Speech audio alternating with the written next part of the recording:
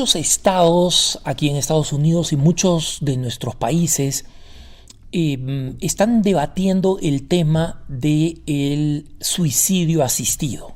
No lo llaman así, por supuesto, le llaman muerte digna, etcétera. Ya saben ustedes cómo estos especialistas en la guerra contra la vida utilizan términos escogidos, ¿no? Manipulando el lenguaje para que las cosas suenen de otra forma, ¿no? Entonces, los partidarios de la eutanasia le llaman una ley para la muerte digna, como la que se ha aprobado aquí, por ejemplo, en el estado de Colorado, donde yo vivo, después de muchos años de existir de una forma muy limitada. Durante muchos años, el estado de Oregon fue el único estado que tenía una ley a favor de el suicidio asistido. Y los Países Bajos, Bélgica, Holanda, tenían también una ley que han ido expandiendo. Ahora pueden matar niños, digamos, la ley de entre comillas, suicidio asistido se ha vuelto loca completamente. Y justamente esos malos ejemplos son los que sirven para argumentar en contra de quienes quieren aprobarlos en sus respectivos lugares, ¿no? Algunos de nuestros países de América Latina el tema se ha introducido, se discute en España. Los socialistas que están en el poder son extremadamente partidarios, digamos, de su ampliación en España. Y en Estados Unidos falló recientemente en el estado de Nueva York, pero el gobernador del estado de Nueva York, que se declara católico, Mario Cuomo, ha dicho que va a insistir nuevamente este año para que se apruebe la ley del suicidio asistido, ¿no? O sea, de una llamada muerte digna. ¿Cuál es la lógica detrás de los que argumentan a favor de la muerte digna? Es una lógica bastante atractiva cuando uno la escucha de primera instancia, ¿no? Cuando nos dicen, mira, ¿en qué situación se debería aplicar la muerte digna? Cuando una persona tiene una enfermedad terminal y esta enfermedad terminal no tiene solución, no tiene cura médica, y la enfermedad terminal va a ir acompañada con un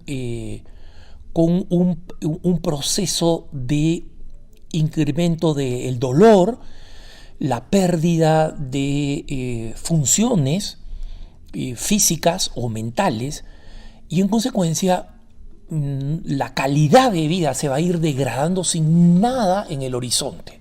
Y peor de todo es que esto puede costar una cantidad importante de dinero, ¿no? Esto puede ser muy costoso y en consecuencia convertirse en una verdadera fuente de crisis, digamos, para la familia, para las personas que están cercanas. El argumento es muy atractivo. Entonces dicen, o sea, la gente se pregunta desde el punto de vista práctico, ¿cómo vale la pena vivir? Incluso muchos cristianos están a favor de esto porque dicen, Dios no puede querer que una persona sufra de esta manera. Y no entienden que existen dos problemas muy serios con la legalización de la muerte digna, ¿no?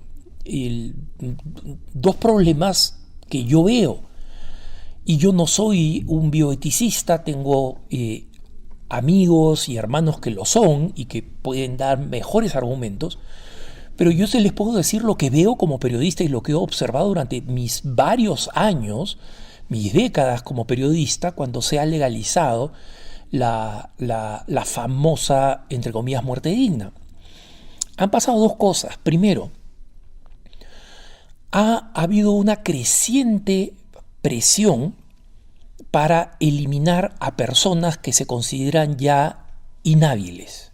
Muchas veces los mismos familiares deciden, ya este abuelito, este bisabuelito ya está muy mal, ya no está consciente, ya simplemente está consumiendo oxígeno, es decir, muy rápidamente una visión completamente pragmática de la vida, de que las personas son útiles hasta cierto punto y que pasado ese rango de utilidad ya no ven a nadie, no reciben a nadie, entonces ¿para qué va a seguir viviendo? Está consumiendo energía, recursos, atención, dinero. Y esta visión pragmática tiende a ir creciendo y afectando a más personas. Y esto nosotros lo vemos en múltiples episodios de casos registrados en que son los familiares los que terminan presionando a un ancianito para que acepte la muerte digna, especialmente en Holanda y en Bélgica, ¿no? Y básicamente se ponen a su alrededor y hay un caso que he citado en otros puntos de vista anteriormente hablando de este tema y que vuelvo a mencionar porque me parece absolutamente emblemático y escalofriante, ¿no? Cuando a un ancianito lo convencen de que tiene que morir y entonces sus descendientes vienen a Holanda y se reúnen para hacerle una especie de fiesta de despedida en el hospital, ¿no? Entonces lo celebran, lo abrazan, lo saludan y este viejito se emociona y dice, caramba, ahora que recibo el cariño de todos ustedes, he cambiado de opinión, ya no quiero morir. Y los familiares se enojan y lo presionan para que termine aceptando morir. Los familiares que habían venido a despedir diciendo, oye, mira, hemos venido acá pero porque te vas a morir, por eso hemos venido, si no, no hubiéramos venido, ¿no? Y esto es un tema interesante, hermanos, o sea, cómo se termina abusando de esto, o sea, como siempre, la ley se aprueba pensando en situaciones ideales, en situaciones excepcionales, y termina abusándose en este estudio, ¿no? Y recientemente un grupo que se opone a la legalización de la eutanasia en Nueva York hizo un estudio muy importante en Oregon, en ese estado que les digo que ya tiene más de 10 años de legalizada la eutanasia. Y encontraron que el dolor físico no figura entre las 5 razones principales por las cuales las personas que han optado por el suicidio asistido lo han terminado haciendo, ¿no? Entre las 5 principales razones, en cambio, ¿saben lo que está? Está el temor de ser un peso para otros y el temor de, especialmente de ser un peso económico, ¿no? Para otros, para el resto de la familia, y el temor de perder la autonomía y en consecuencia que otros tengan que ayudarte. O sea, básicamente no está referido a que me va a doler y a que mi muerte va a ser, entre comillas, indigna. Ellos ven la indignidad en el hecho de que temen no ser apreciados y valorados por lo que son, por ser seres humanos, solamente porque se están debilitando y porque están perdiendo facultades. Y ese es el otro segundo problema que está muy vinculado al primero. Como les decía, el primero es este sentido completamente pragmático y materialista de la vida, de que si la persona no es útil, no debería estar acá alrededor, ¿no? Y en segundo lugar, es el debilitamiento de la conciencia. ¿A qué cosa me refiero? A que cada vez, una vez que rompemos el carácter sagrado de la vida desde su concepción hasta su fin natural, cada vez que rompemos ese ciclo sagrado, que no debería ser interferido por el ser humano, en ningún momento en la gestación, en ningún momento durante la vida, en ningún momento al final de la vida, una vez que lo violamos, ya es un tema de simplemente sensibilidad de la sociedad. ¿A qué me refiero? Cuando se legalizó el aborto en Inglaterra, En Inglaterra la ley se determinó que el aborto se iba a realizar hasta tantas semanas, luego más tarde se terminó liberalizando, ¿no? ¿Por qué? Porque la gente se va volviendo insensible, ¿no? 12 semanas, después no, mejor 15 semanas, etc. Y la razón para producir el aborto era, bueno, violación, incesto, y también defectos graves.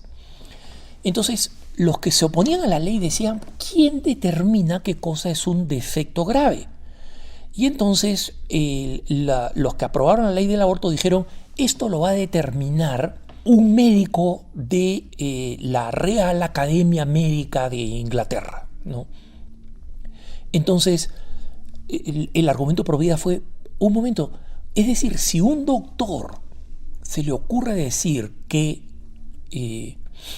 un labio leporino, ¿no? O sea, cuando está el paladar partido y afecta también los labios, ¿no? Esta deformación que requiere una cirugía relativamente sencilla para curar. Si un niño tiene labio leporino, podría ser abortado si es que el médico dice que es grave. Y los que estaban promoviendo la ley del aborto se ofendieron terriblemente y dijeron, ¿cómo se te puede ocurrir que un miembro de la Royal Medical Academy de Gran Bretaña va a permitir un aborto por una cosa tan nimia como es el labio leporino? Hermanos, ¿saben cuál es la primera razón de defectos por los cuales se permite el aborto en Inglaterra? Labio leporino. Entonces los que se escandalizan de cómo un médico jamás... El tiempo pasa y nos volvemos más insensibles, y así es como la eutanasia se ha ido extendiendo hasta que hoy en día la eutanasia en Holanda, el país con el tiempo más largo de una ley a favor de la eutanasia, permite la eutanasia de niños y adolescentes sin el consentimiento de los padres. Entonces, imagínense una adolescente deprimida, ya ha pasado, una adolescente profundamente deprimida va y dice, ¿sabes qué? Me quiero morir. Ya ha habido un caso, lo hemos cubierto nosotros en Así Prensa. Entonces, es el otro caso evidente donde están claras cuáles son las consecuencias de la eutanasia. ¿Y cuál es la respuesta? La respuesta es más humanización, no más deshumanización. Más humanización. Mejores técnicas de medicina paliativa y una mayor conciencia del valor de la persona humana, de ese valor intrínseco, y de cómo cuando ponemos en riesgo la vida de los que están al inicio de la existencia o al final de la existencia, al final estamos abriendo las puertas para que con el paso del tiempo la sensibilidad de la población termine aceptando que matemos a una persona simplemente porque no nos gusta cómo es, o si simplemente tenemos el poder para hacerlo. Que tengas un buen día.